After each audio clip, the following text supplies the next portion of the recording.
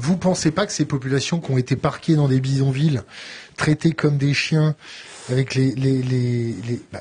c'était quoi, en 58, il n'y avait pas des bidonvilles à côté de Paris? Ils vivaient où en Algérie? Pardonnez-moi, pourquoi ils sont venus en France?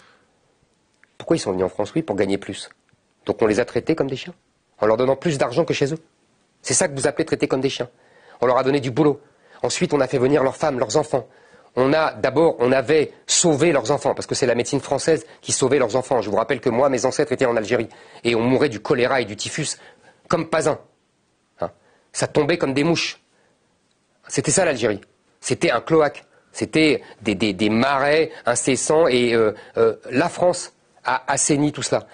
La médecine française a permis à ces gens qui étaient 2 millions d'habitants en 1830 d'être 10 millions en 1962 et 40 millions aujourd'hui. C'est ça, les appeler comme des chiens.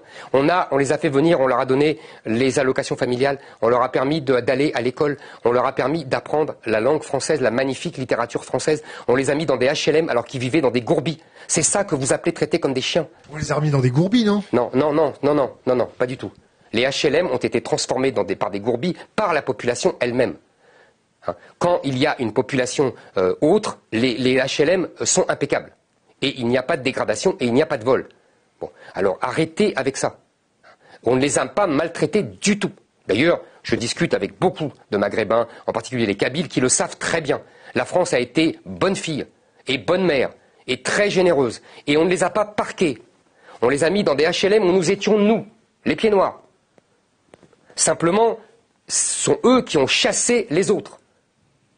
Ils ont chassé les autres parce qu'ils ont été... D'abord, ils ont imposé leur mode de vie, comme là-bas, et en plus, il y a eu des bandes maghrébines qui ont commencé à faire la loi, à voler on disait à l'époque, les autoradios.